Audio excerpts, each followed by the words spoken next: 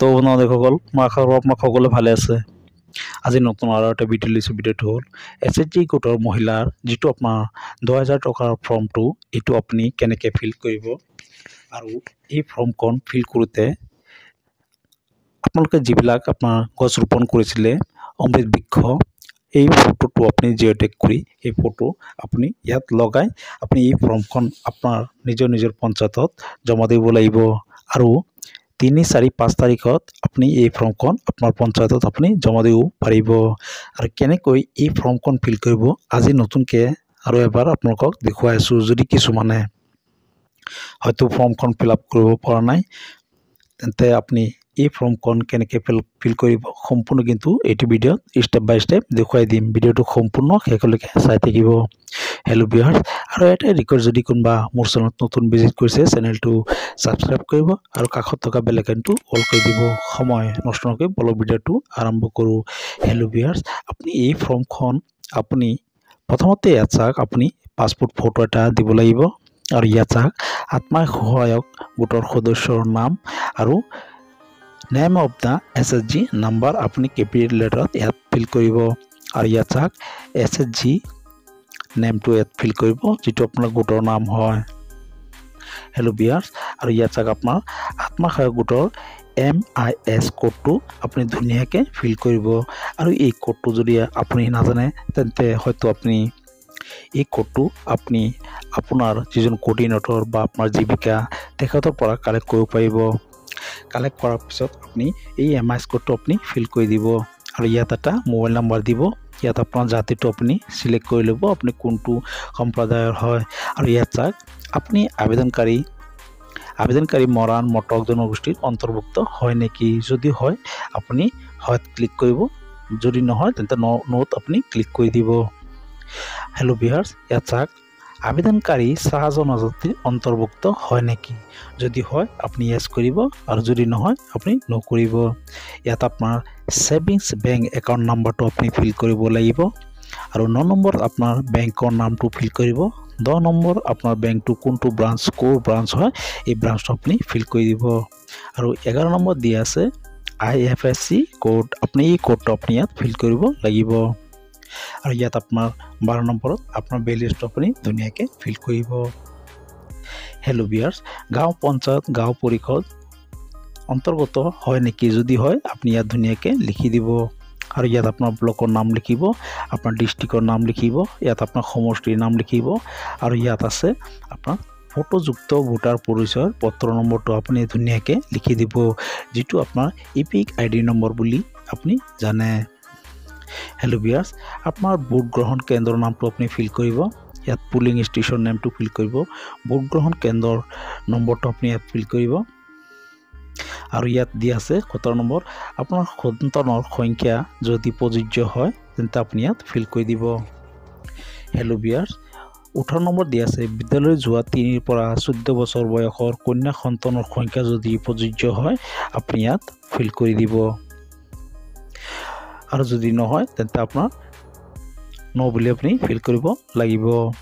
বিদ্যালয়ত কন্যা সন্তানৰ নামভৰ্তি কৰোৱা হৈছে নে নাই যদি প্ৰযোজ্য হয় আপুনি ইয়াত য়েছ ন' কৰি দিব লাগিব। 20 নম্বৰ দিয়া আছে অমৃত বৃক্ষ আন্দোলন ৰোপণ কৰা গছ পুলিটো জীয়াই আছে আৰু ডাঙৰ হৈছে নে নাই। যদি হোৱা নাই বা নাই তেন্তে নোট ক্লিক কৰিব আৰু যদি হয় তেন্তে আপুনি হয়ত ক্লিক কৰিব লাগিব আৰু ইয়াত দিয়া আছে যদি নহয় সেই ঠাইত নতুন গছ পুলি ৰোপণ কৰা হৈছে নে নাই। যদি হৈছে এছ কৰিব আৰু যদি হোৱা নাই ন' কৰিব। হেল্ল' ভিউৱাৰ্ছ, 3 নম্বৰ দিয়া আছে B নম্বৰ দিয়া আছে if no has a spelling has planet is the place. আপুনি যদি য়েছ হয় এইটো আপুনি ফিলিং কৰিব, যদি নহয় আপুনি ফিল নকৰিব, নোট আপুনি ক্লিক মাৰ্কটো লগাই দিব আৰু 21 নম্বৰ দিয়া আছে 2021 চনৰ আগতে লোৱা মাইক্ৰ' ফাইনেন্সৰ ঋণ বাহিৰে আত্মসহায়ক গোট বা গ্ৰাম্য সংগঠন মণ্ডল পৰ্যায়ৰ সংগঠনৰ বেংক বা আন কোনো বিত্তীয় প্ৰতিষ্ঠানৰ পৰা লোৱা যিকোনো ঋণ পৰিশোধ কৰা হোৱা নাই নেকি। যদি হোৱা নাই তেন্তে আপুনি ন' কৰিব আৰু যদি হয় তেন্তে য়েছ কৰি দিব। তাৰপিছত দিয়া আছে পুঁজিৰ দ্বাৰা গ্ৰহণ কৰিবলগীয়া অৰ্থনৈতিক কাৰ্যকলাপ। ইয়াত দি আছে ইকনমিক এক্টিভিটি। এইটো আপোনাৰ ব্যৱসায় কোনটো আপুনি কেটেগৰীত আপুনি কৰিব বিচাৰে সেই আপোনাৰ ৰেংকৰ নামটো আপুনি ইয়াত ফিল কৰি দিব। ইয়াত চাওক মই শ্ৰীমতী নিজৰ নামটো ইয়াত ফিল কৰিব, স্বামী বা পিতৃৰ নামটো ফিল কৰিব। আকৌ ইয়াত চাওক শ্ৰীমতী আপুনি ইয়াৰ নামটো আপোনাৰ ফিল কৰিব, ডটাৰ অফ আপুনি ফিল কৰিব। ফিল কৰাৰ পিছত ডেট দিব, প্লেচ দিব আৰু আবেদনকাৰী চিগনেচাৰটো আপুনি ইয়াত ফিল কৰি দিব। সম্পূৰ্ণ ফিল কৰাৰ পিছত ইয়াতো আপোনাৰ সেম তেনেকৈ আপোনাৰ শ্ৰীমতী নিজৰ নাম ফিল কৰিব, পিতৃ বা স্বামীৰ বয়স, আত্মসহায়ক গোটৰ এগৰাকী সদস্য আৰু মোৰ MI কোচ এইটো আপোনাৰ কোডটো আপুনি ইয়াত ফিল কৰি দিব। সম্পূৰ্ণ এবাৰ ফিল কৰাৰ পিছত ইয়াত আবেদনকাৰী স্বাক্ষৰ কৰিব আৰু ইয়াত নিজৰ নাম ফিল কৰিব, স্বামী বা পিতৃৰ নাম ফিল কৰিব। বয়স সম্পূৰ্ণ ফিল কৰাৰ পিছত আপুনি ইয়াত স্বাক্ষৰ কৰিব আৰু এজন সাক্ষীৰ চিগনেচাৰ আপুনি ইয়াত ফিল কৰিব বা চিগনেচাৰটো কৰাই ল'ব।